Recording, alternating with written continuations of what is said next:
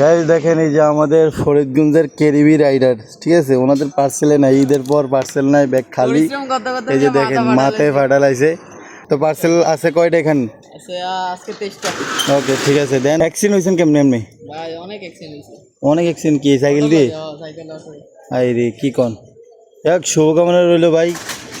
আসলে অনেক কষ্ট, উনি এই যে সাইকেল দিয়ে পুরো ফরিদগঞ্জ পৌরসভা করে, আর আমরা জাস্ট এই বাইক দিয়ে একটা বাজার করি, তারপর হচ্ছে আমাদের কুলান যায় না। আর উনি সাইকেল দিয়ে ফরিদগঞ্জ পৌরসভা মানে পুরো পৌরসভাটা যত বড় কেরোয়া, মিরপুর, তারপরে সাপুয়া, যত বড় গিদ্দ আলমদিয়া এতটুকু কাভার করে। কিন্তু আমরা হচ্ছে যাই আপনার এই বাইকটা দিয়ে মানে শুধু বাজার ফরিদগঞ্জ বাজারটা কাভার করতে পারি না। তো বাইক কিরকম ইনকাম হচ্ছে আপনার?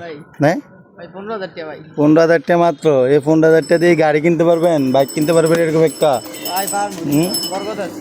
হ্যাঁ আমাকে তো প্যারা নাই, কমিশনের প্যারা নাই, কমিশন কোনো প্যারা নাই, শুধু বেসিক স্যালারি, ডাইরেক্ট বেতন। ডাইরেক্ট বেতন। তাইলে পেশা দিলে দিবেন, না দিলে বাইক যা ঘুমাইবেন। যেদিন ভাল লাগবে না এদিন করবেন না, বাইক যা ঘুমাইবেন। 10টাতে 1 ঘন্টা। তাইলে রিল্যাক্সের কাজ করলে ভালো থাকবেন। আল্লাহ হাফেজ ভাই, ভালো থাকবেন। হ্যাঁ ইনশাআল্লাহ। আল্লাহ হাফেজ ভাই, দেখা হবে।